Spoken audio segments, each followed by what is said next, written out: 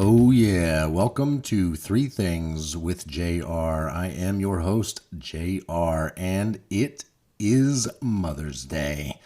That's the day this podcast is dropping. So, first and foremost, to all of the mothers out there, happy Mother's Day. I hope you are getting to see your kids either in person or on Skype or Zoom or Facebook Messenger or however it is you get to spend time with your kids during these crazy times. I hope it is possible. We have a pretty special three things for you here today. I mentioned in the last episode that I would like to start having guests, and this seemed like the perfect episode to actually bring a guest into the three things. And maybe thought about bringing Mom in, but then I thought, wouldn't it be better if I brought my sister Aubrey in and we talked about Mom? So that when she hears this, she just gets to hear us talking all about her and her impact on our lives and how awesome we are because of her. So that's the plan. Three things today with my sister Aubrey. I'm not going to use Zoom. It's so 2 weeks ago, right? We're going to instead use Facebook Messenger, which is more like 4 years ago, right? But that's what we're going to do. We're going to do Facebook Messenger. I'm going to bring Aubrey on the line, and we are going to do three things about Mom. Hey, Aubrey, how you doing? Good. How are you? Fantastic. First of all, what's life like in Florida for you right now? Well, Florida's hot, so that's awesome. Tomorrow it's supposed to cool off a little. That's super exciting. Who knows? Maybe this heat's going to kill this coronavirus. That'd be cool. Yeah, Because, I hear the coronavirus doesn't live too well in the heat, right? yeah, that's one positive thing about being in Florida. Yeah. Hopefully. And I know you We're love gonna, living in Florida. I'm not so much of a Florida person, but the heat at a time when we need heat to kill corona might actually be a good thing. So, I'm not mad at it. yeah, right now it's cold and windy here in Virginia. Gross. Yeah, it's not cool. So we're just a few days away from Mother's Day as we're recording this, and we've both pondered the idea of driving to see Mom for Mother's Day. And I don't think it's actually going to happen due to the coronavirus. I don't think either one of us want to risk bringing the coronavirus to our mother's apartment. Uh, Exactly. Otherwise, we As much would as do it. I think it would be the one thing she would want the most for Mother's Day is to spend it with both of us because it's been a real long time since we've been able to do that. But I think she prefers living. So there And is that. I'm kind of with her on that. Yeah, I like to. I would like her to be around a lot longer. So that's Whatever we got to do to keep Mama safe. yeah. So maybe we lose the battle but win the war. Yeah, I think this is the next best thing. Yes. The next best thing is us talking about our mother for Mother's Day on my podcast. That's what I Yeah, think. I So agree. hopefully Mom's going to listen to this and just love it and want to play it over and over again And and share it with all our friends. exactly share it with. That's a goal I have for this episode of this podcast is for my mother to be happy when she's done listening to it. That's a good goal. Yeah. So shall we do three things? Yeah, I'm excited. So the three things, the way it normally works is I just share my thoughts on three different things. And the general rules are thing number one is some sort of deep thought. Thing number two is something to do with music or some other pop culture thing. And number three is something kind of silly or absurd. And the only modification we're doing to that today is that both Aubrey and me will be doing our own three things. We'll do them kind of together, and it will still follow those same guidelines, but it all also has to relate to our loving mother. Yes. I want to go first. All right, thing number one, Aubrey, you are on. So, thing number one is my love for reading. And I think it started with Mom reading me bedtime stories. or telling me stories, letting me pick the book. Eventually, once I learned to read, I would read her the bedtime story. And she just made it such a fun thing that I always wanted to do. And I'm so thankful for it because it's keeping me sane in lockdown right now. In any time of my life, I can escape in a book, and I feel like I have her to thank for that. I think she probably has her mother to thank for that. Our grandmother Maggie had such a big influence on my love of reading as well. I probably average a book a week at least. I might have two going at the same time. I prefer real books, which that's also something Mom and I agree on. She'll do audiobooks, I'll do some Kindle books, but nothing like having a good actual book in my hands. Yeah. Which one of my favorite things is that she knows my favorite author. She comes out with a new book every summer, and Mom buys me that book for my birthday. And depending on the timing, she'll either read it first and then give it to me, which I have no problem with, or give it to me to read first and then I give it back to her. But we just love, on occasion, purchasing the real books. And so I'm just so thankful for her to teach me that and instill that in me. I love it. That's awesome. Mom also knows my favorite authors, and our birthdays are right around the same time. So I'm sure she's busy on Amazon ordering books by our favorite authors, which usually come out in the fall for me anyway. She's always getting me books, but I'm not a person who still feels like they need to read a tactile, actual physical book.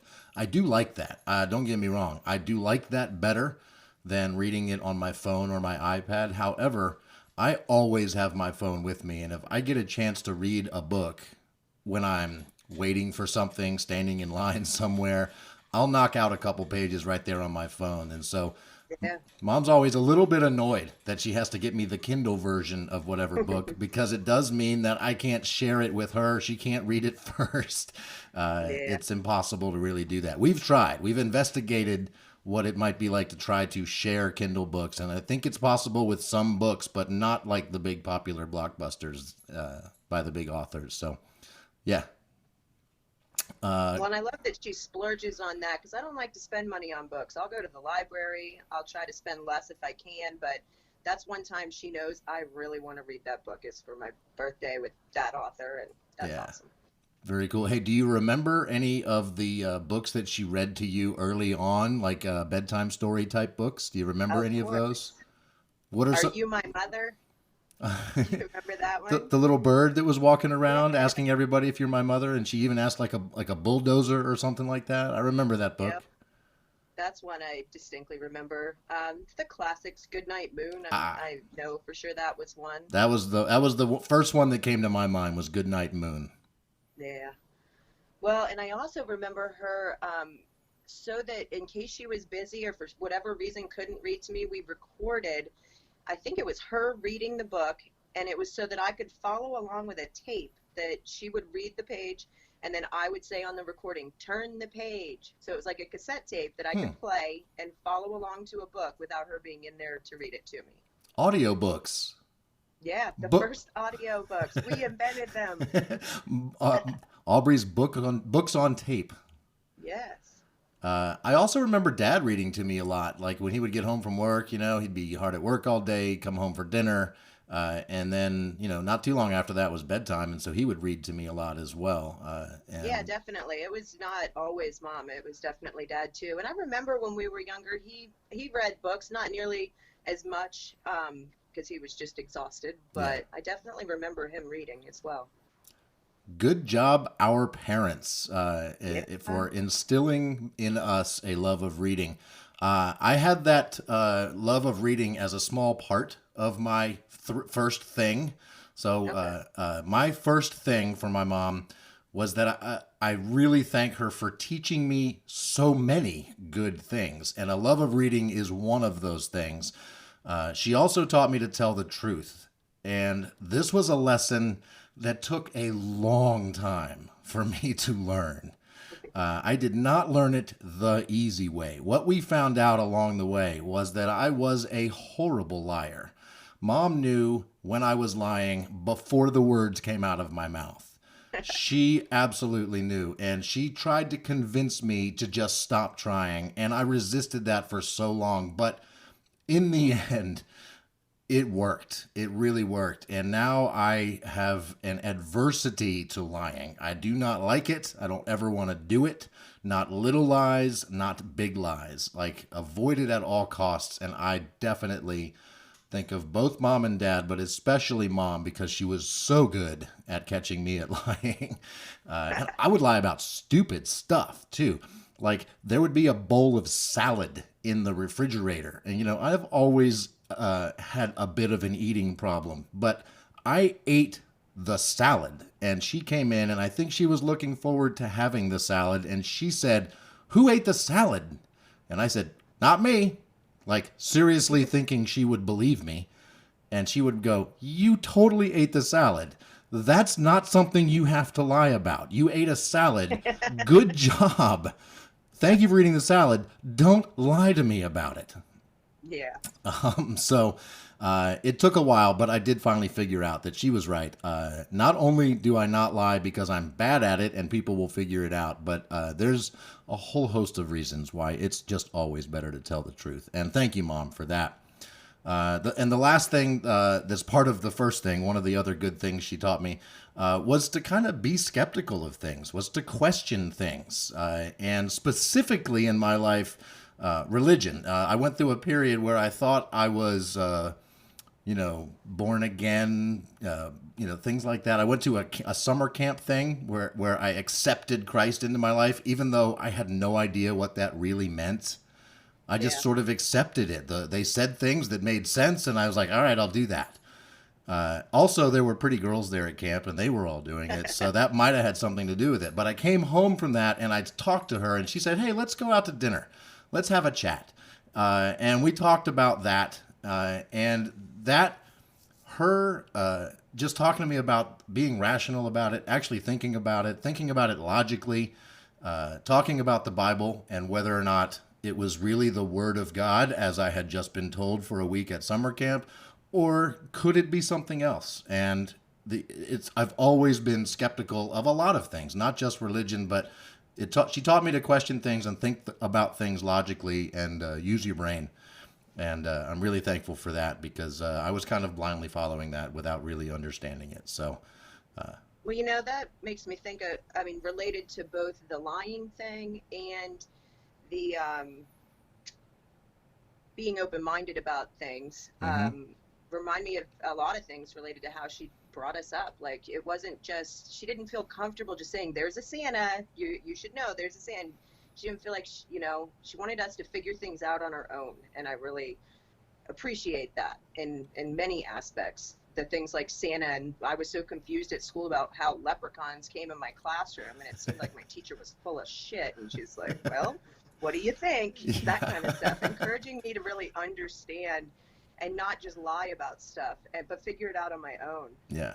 And I appreciate that a It, lot. it was like she instilled in us the perfect blend of open-mindedness and skepticism all at the same time, which I think that's a challenge for parents to do, but somehow she did it. Yeah, for sure. All right, you ready for thing number 2? Thing two, just a love for music. I love all kinds of music. I've gone through phases where I felt very strongly that I hated certain types of music, and she opened my mind to appreciating all kinds of music. Listening to Mom's playlist in her car at any given moment is such an insane variety of music, and I love it. Like, so Mom taught me when I was young how to memorize songs in the car. We would take a cassette tape, put it in, let it play through the first line, rewind it, play it again, sing along to the first line, listen to the second one, and just over and over till we knew the whole song. And the songs I remember learning, the first one was "We Built This City." And then, who is that by? I don't even know. By Jefferson Starship. Okay. Yeah.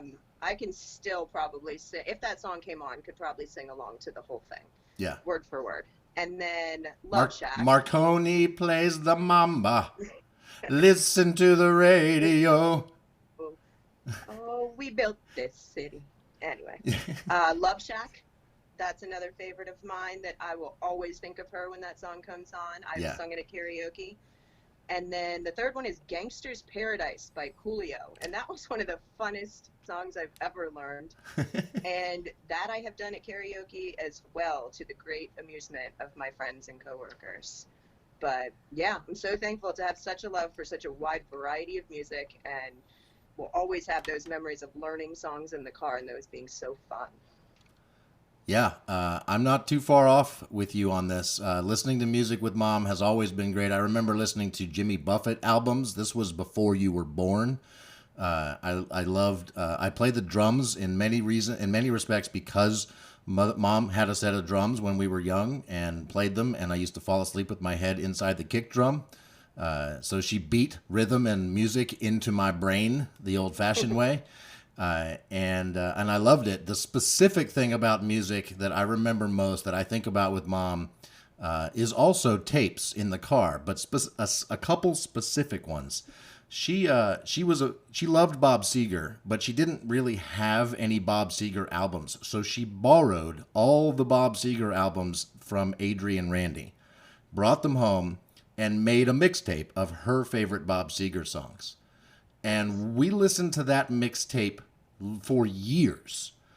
Years that we had that tape in the car, and it's almost all I ever wanted to listen to when we drove around, when we drove to Iowa and back, when we would drive to the Outer Banks. I mean, like that Bob Seger mixtape, it's just totally burnt into my mind. Like, as soon as one of the songs ends, it's not a Bob Seger album. It's mom's mix of Bob Seger songs from all of his albums. So, they don't follow the order that they were on the albums. They follow the order mom put them in. And when you played one song, I knew if I listened to any of those songs right now, I could tell you what the next song on mom's mixtape was. I couldn't do it right Yeah, I now love that. because I'm not listening to it. But if you put Right. Turn the Page on, I would know what came on next, the sound of it. And listening to Turn the Page in the car with mom and dad and you, and like one of the greatest things ever. So yeah, the Bob Seger mixtape I will never forget. She also had a mixtape that was the whole the La Bamba soundtrack. That was another good Yeah. one that we used to listen to a lot. So yeah, listening to music in the car with mom is a great joy, and is very much, I think, a part of why I'm so successful at my job today. Because I don't know if it literally didn't. I didn't write this down ahead of time. It just hit me just now that my job is to, in many ways, make people's car stereos awesome. Right? That's what Crutchfield does, and I teach people to do that. I sell stereos, and I want people to be able to have a good sound in their car, and I'm really good at it. And it's probably because I have such a desire for that. I do not want to consider driving a car without a stereo in it and without the ability to listen to music. And that comes from mom, from way back. Yeah. That just makes me, I hadn't thought about this before either, but her kind of teaching us to just do what you really enjoy. If that means go to school to learn something, do it, but she didn't force it. And we both figured out how to do that. And I got into teaching the same, teaching training classes like you did, and excelled at it and loved it. Got laid off and found out an even better way to go out and teach people, and actually do something that I cared more about. I love food and alcohol, so I care about that way more than how to process haircuts on a computer. It really, and she encouraged that too. When I got laid off, she's like, go to bartending school. So I think it's pretty impressive that both of our parents taught us to just, figure it out, do what you love, and that's what we do. Yeah, as a result of all this, both of us, for at least some point of our lives, have been teachers. Mom, up until she retired just recently, was a teacher. And we are both really, really good at selling things, which is really just good communication. Being able Yeah. to listen and process and ask questions and talk to people, and that comes from good parents. Well, and I think why you're successful at what you do, and what it took me a while doing what I do and doing it in restaurants, to figure out, stop trying to make people have an experience you want them to have, and figure out what kind of experience they're trying to have and how to give it to them. Bingo. And it's a huge lesson to learn. Yeah. And I think that's what she does with the kids she teaches, like Just figure out what interests you, what makes you happy, what's going to help you grow as a person, and then teach you that. Yeah, figure out what makes people tick and then tick them. I love how this is, as much as it is talking about all the wonderful things about our mother, we also get to talk about how wonderful we are too. Well, I think we also got that from her. So Yeah, true. she's probably thinking all those same things about how wonderful her kids are. So to just hear that we also believe we are awesome is probably great. So Yeah, I think a win-win-win. I think so far we're making mom pretty happy, right? Yeah, true. And on that note, I think it's time for a drum solo.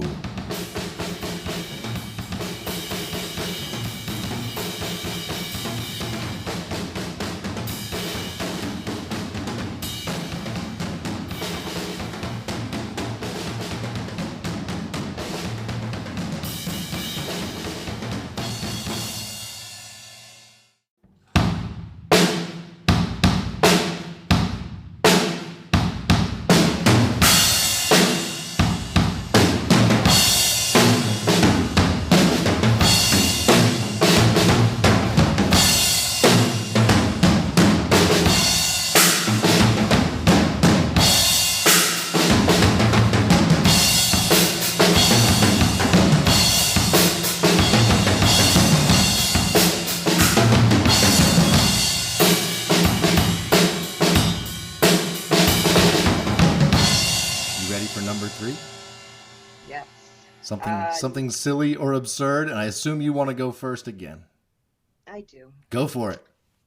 Um, there's some silly and absurd aspects to this. The overall general idea of it is a little bit more serious, but I'm just so thankful that mom taught me to be made me realize how smart I am, how capable I am, how self-sufficient I'm capable of being. And there's so many things to say, examples of that, some serious and some funny. Okay. She taught me to swim when I was a baby, so that's amazing. Good Oh, thing she taught me when I was young. oh my God, What? we can't just breeze past that. We have a there's a picture of you and being held in mom's arms underwater when you're like, what is it, like 18 months old or something like that? No, I was less than a year when she taught me how to swim. I It's was 8 months old. 8 months old. So you are that's still infant, right? And you Yeah, are underwater, eyes open, mouth open. yes. It was insane how much of a fish you were from being from the womb. It was And I incredible. loved it. Yeah. I mean, I was like, I think 1.5, not even 2, and she'd watch me wander over to the edge of the pool. Other people at the pool would sit up like, is anybody going to grab that baby? I would jump in. Everybody would kind of like not do anything yet, but then just watch me swim over to the side. She did have to go get me out because I couldn't get out of the pool, but she knew when it was time to come over and make sure I was okay. But I just would do it over and over because I loved it. I remember you And jumping off the diving board when you were easily the youngest person doing that at the pool at our apartment building. Yep. And I'm so glad she taught me young because as I got older, I got a lot more fearful of things and I'd get mad at her for trying to like just teach me something I wanted to know, like riding my bike or tying my shoes. And I mean, has told these stories how strong-willed I was. She taught me to tie my shoes. I was kind of good at it, but I refused to let her help me. You guys would have to stand there for 20 minutes while I try to tie my shoes before leaving for a restaurant. Also, in addition to learning how to tie my shoes and be frustrated with it, I wanted to learn how to ride my bike, but I was also terrified and frustrated with it. But she just had so much patience. Remember her telling me that I had to write at school a thing that said, I dream, and then put anything I could dream of. And I wrote, I dream I can ride my big girl bike. And she realized that no matter how frustrated I was getting with her, I really wanted to learn. So she was always very persistent in making sure that she was patient with me and taught me the things I wanted to learn, Yeah. as scared as I was. But also just like having good instincts, teaching me the right thing, and then trusting that I would do it. She says that when I was 3 or 4, I'm playing with my toys, and I said, oh, shit. She looked at me and was like, you don't talk like that at school, do you? And I just looked at her like she was crazy. And I said, you're not allowed to talk like that at school. So she realized at a young age that I had the right instinct. She could teach me the right things and I could put them into place. For example, washing my hands, taking a shower, brushing my teeth, all of those things. I think she knew I needed to know how to do them, but that she could trust me to go ahead and put them into place. And I think I've done a pretty good job of that as an adult. So how old were you when she said, you don't talk like that at school, do you? I think it was 3 or 4. I was in Montessori school. 3 or 4? Yeah. So this is going to lead right into my third thing, but just so our listeners know, Mom was not cool with us cussing. It was not like we were allowed to cuss at home and not at school. That wasn't the message. The message was know what to say or how to talk for the situation you're in. And generally speaking, 3 to 4-year-olds shouldn't be saying shit at any point. But the fact that you knew you really shouldn't say it at school. For a little while, I used to have I was on the radio, like the terrestrial radio 25 years ago. And I knew not to say cuss words on the radio. And it was pretty easy to not do it, even though I cuss like a sailor in most other times in my life, right? So, I think knowing that definitely comes from Mom. So it's funny, you and me ended up with a similar story here for number 3, because when I was 7 or 8, I was playing with friends outside of our apartment, and I yelled fuck for some reason. I don't remember why, but Mom heard it from inside the apartment. And she came out, she grabbed me, she brought me in, she told my friends they could go home, I was done playing, and she marched me into the bathroom and explained to me that she was about to wash my mouth out with soap, and that was going to help me remember not to yell those words. And it did. I can still taste the soap in my mouth from that day. I can picture it. It's almost like that scene in A Christmas Story.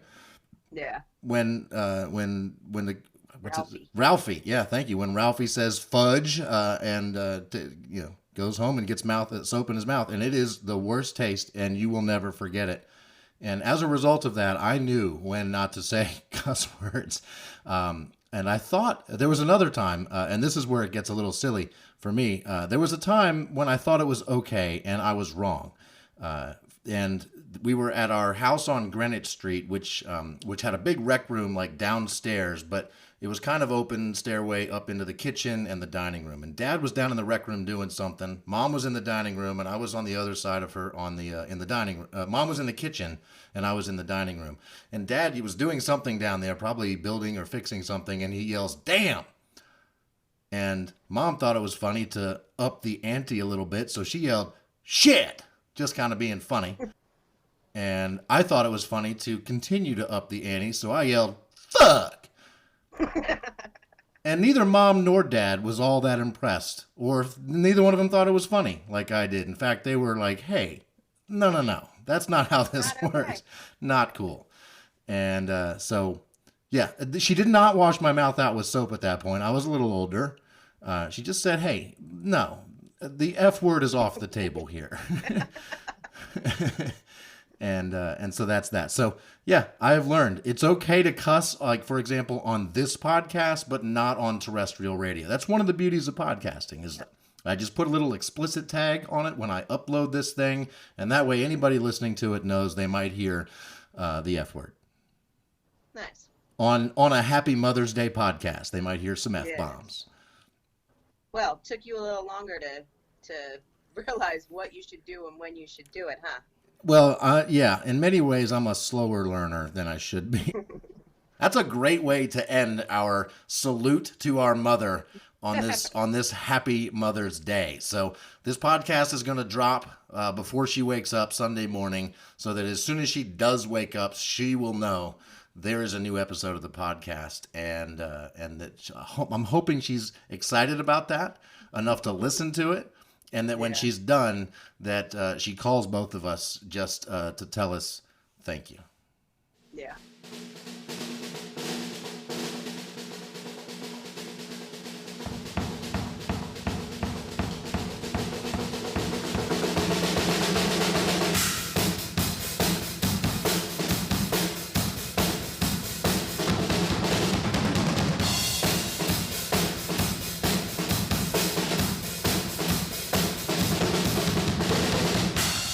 I did just think of one other story. I don't know if this you think I should include it or not. But I was about 18. Mom had moved to Florida. I was taking a nap in her apartment, and I wake up and I hear teenage, like what sounds to be girls my age, just saying "fuck this" and "fuck that" to my mother in a conversation. And I just laid there so confused by this. And I get up and go in there, and it's her coworkers, and they're all just having a conversation the way they normally do, and they leave, and I'm like, Mom, is it okay to talk to you like that? You said fuck like 5 times. Those girls were saying fuck to you. I don't know that I've ever heard you use that kind of language. Is this a newly developed thing from you moving down here? Or did you always talk like this and you hid it from me? She's like, I don't fucking know. Like, oh my God. I remember being so blown away and confused by what was happening. And she's like, it doesn't matter now. You're an adult. You can say fuck. You want to say fuck? And I'm like, no, I don't think I do. Not right now.